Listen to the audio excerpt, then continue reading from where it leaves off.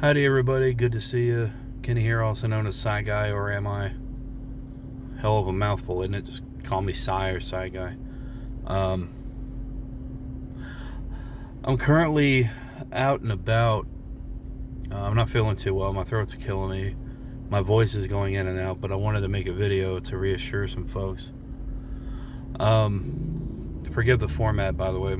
There's not a setup in my car that allows me to really get a good setup with the camera. So, obviously, there's been recent election results that apparently Trump has won the popular vote, and Kamala Harris has been defeated, along with her VP, Tim Walz. Now, for those that are not familiar with my channel, I had, about a month or two ago, uploaded a video about Walz. Not necessarily about Harris, but about Walz, because I find some hope in the man.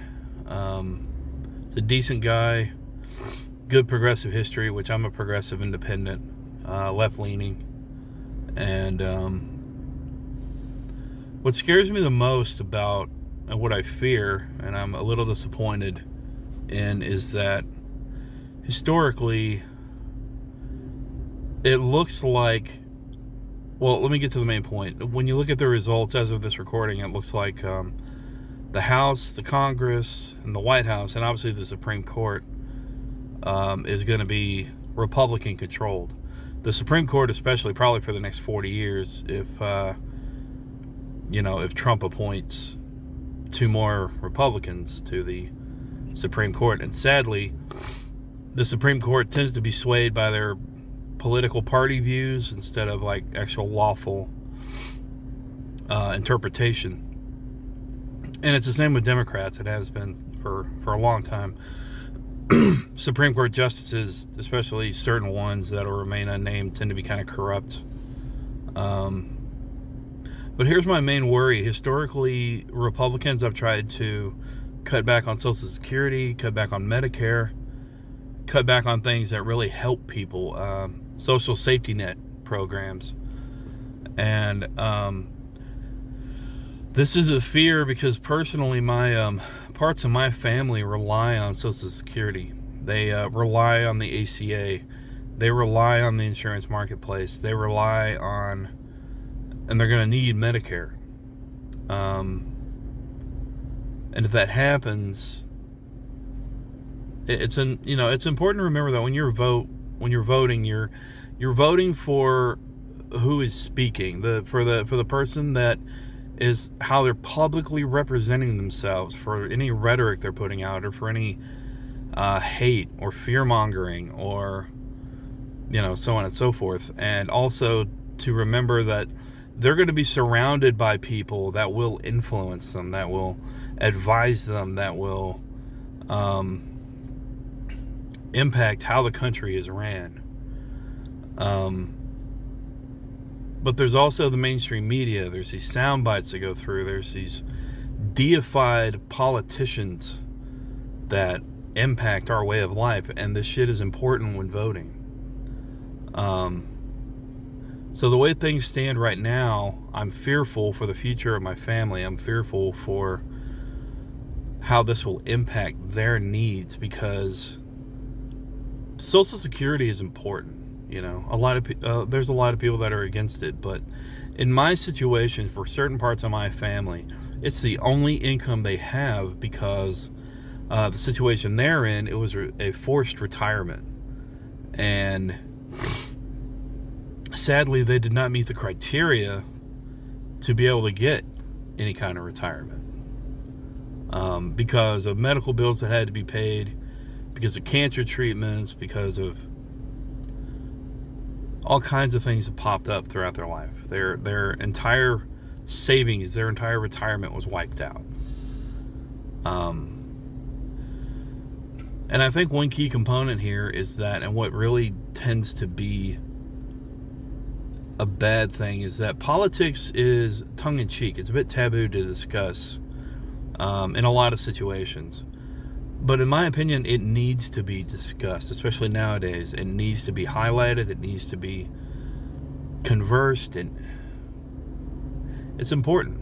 I mean, it's really important, you know. So there may or may not be comments that pop up on this video as, you know, suck it up cupcake or cry more, because unfortunately there's a lot of hate going around the internet right now, that a lot of these people, that they feel justified because of who was just elected. You know, they feel that they can do what they want to do now, and then it's okay because, you know, quote unquote, America has spoken, that I can do this now because of who's in power. You know, people who are in power can either justify or not justify what they feel they can do in their own personal life. And there's a truck going by. The other thing is that, you know, I'm a big brother. My little brothers and my little sisters, it used to be that, you know, a president or a leader is somebody you could look up to, somebody you could, you know, trust to have family values or be a decent person and not talk about hate or how other people are not with us and that they're wrong and that they're rapists or murderers or thieves or, you know,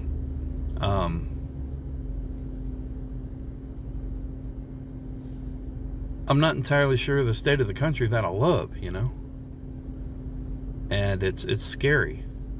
Don't get me wrong, I know we're going to make it through it, but it just makes you wonder, like, what's justified nowadays and what you can get away with in politics and how it's going to empower people or embiggen, to quote The Simpsons, people to either do very tragic things, hurtful things, or if it will inspire some good change out of all of it. And I'm hopeful it will, because our country stands on a democracy, on voting, on having the people's voice heard. And it is, in my opinion, questionable as to what has just happened, but I know that America will stand, you know, I really do, and we'll persevere through. This will be a part in our history that will be scrutinized and will be questioned, and will probably have long-term effects on the environment, on social standing, on how we appear to the world as a country. There's so many questions that's going to be arisen from this. How is our future going to look? How are we going to give this to future generations?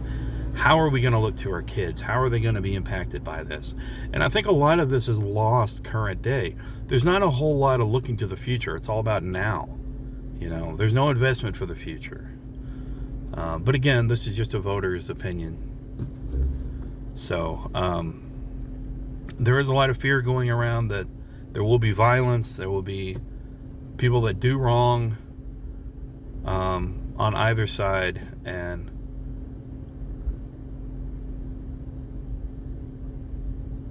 it's hard to say what will happen, but just remember, you're awesome. Never let the world tell you otherwise, and try not to let the fear and the worry get the best of you.